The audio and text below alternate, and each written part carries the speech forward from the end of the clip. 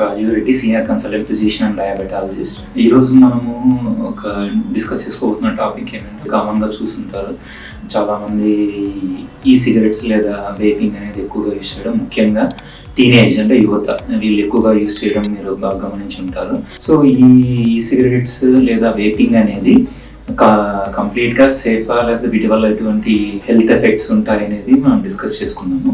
So ఈ cigarettes లేదా vaping అనేది ఇనిషియల్గా ఫస్ట్లో వచ్చినప్పుడు ఎవరైతే స్మోకింగ్ అడిక్ట్ అయి ఉంటారో వాళ్ళు దాన్ని మానుకోవడం కోసం ఇవి రేడియోలు కొద్దిగా స్మోకింగ్తో పోలిసి కొద్దిగా తక్కువ ఎఫెక్ట్స్ ఉంటాయనే ఉద్దేశంతో ఇనిషియల్గా వీటిని యూజ్ చేసేవారు. కానీ రాను రాను అది స్మోకింగ్ అలవాటు లేని వాళ్ళు కూడా ఈ సిగరెట్స్ను, వేపింగ్ అనేది ఎక్కువగా యూజ్ చేయడం మొదలైంది అనమాట. సో ముఖ్యంగా ఎవరంటే టీనేజ్ పీపుల్లో కూడా వాళ్ళు కొద్దిగా వీటిని ఎక్కువగా యూజ్ చేయడం మనం ఈ మధ్య కాలంలో ఎక్కువగా గమనిస్తున్నాం. సో ఈ సిగరెట్స్ లేదా వేపింగ్ అనేది వీటిలో ఉండే లిక్విడ్ లో మనకు రకరకాల నికోటిన్ తో పాటు రకరకాల కెమికల్స్ కూడా ఉంటాయి. ఫర్ ఎగ్జాంపుల్ మనం తీసుకున్నట్లయినటువంటి కెమికల్స్ ఉంటాయంటే ఫార్మాల్డిహైడ్ అంటాం, దీంతో పాటు మనకి యాక్రోలిన్ అని కానీ, లేదంటే డైఎస్టైల్ అని, వీటితో పాటు ఇంకా కొన్ని హెవీ మెటల్స్ అంటాం, ఆర్సెనిక్, లెడ్ అని, ఇలాంటివి చాలా కెమికల్స్ ఉంటాయి. సో ఇవన్నీ ఎప్పుడైతే ఈ లిక్విడ్ ను హీట్ చేస్తామో అవన్నీ కూడా ఏరోసాల్స్ రూపంలో మన శ్వాసకోశాల్లోకి ఎంటర్ అవ్వడం,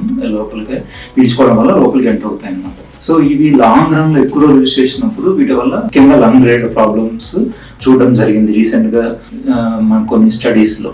సో ఎటువంటి హెల్త్ ఎఫెక్ట్స్ ఉంటాయంటే, సో ఎవరైతే ఎక్కువ రోజులు వీటిని యూజ్ చేస్తుంటారో మనకి శ్వాసకోశ సంబంధిత వ్యాధులు అంటే ముఖ్యంగా మనం స్మోకింగ్ వల్ల చూస్తుంటాము, అది దగ్గు, పిల్లి కూతలు, ఆయాసం లాంటివి కూడా వీటి వల్ల కూడా చూడడం జరిగింది. సో వీటిల్లో మనం అయితే ముందుగా డిస్కస్ చేసుకున్నాము, వీటిలో మనకు కెమికల్స్ ఫ్లేవర్ కోసం యాడ్ చేస్తుంటారు ఈ లిక్విడ్. ఫర్ ఎగ్జాంపుల్ ఈ డైఎస్టైల్ అనే కాంపౌండ్ ఉంటుంది.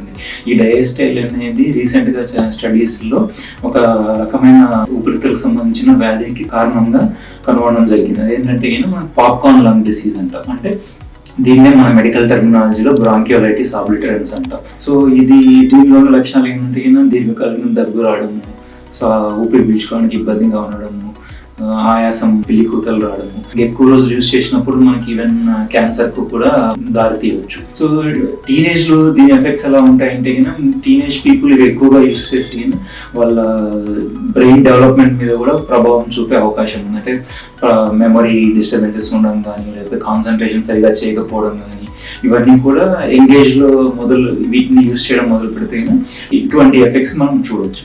సో ఈ వేపింగ్ లేదా ఈ సిగరెట్స్ అనేవి కొన్నిసార్లు మనకి బ్యాటరీస్ ఏదైతే ఉన్నాయో వీటి ఫెయిల్ అవ్వడం వల్ల, వీటి వల్ల కొన్ని ఫైర్ రావడము, వీటి వల్ల ఇలాంటి పరిణామాలు కూడా చూడవచ్చు. సో కాబట్టి ఎవరైతే ఇవన్నీ కంప్లీట్ గా సేఫ్ అనుకుంటున్నారో ఇవైతే సేఫ్ కాదు. ఎవరైతే వీటిని యూజ్ చేస్తున్నారో వీళ్ళని తొందరగా ఆపేయడం మంచిది.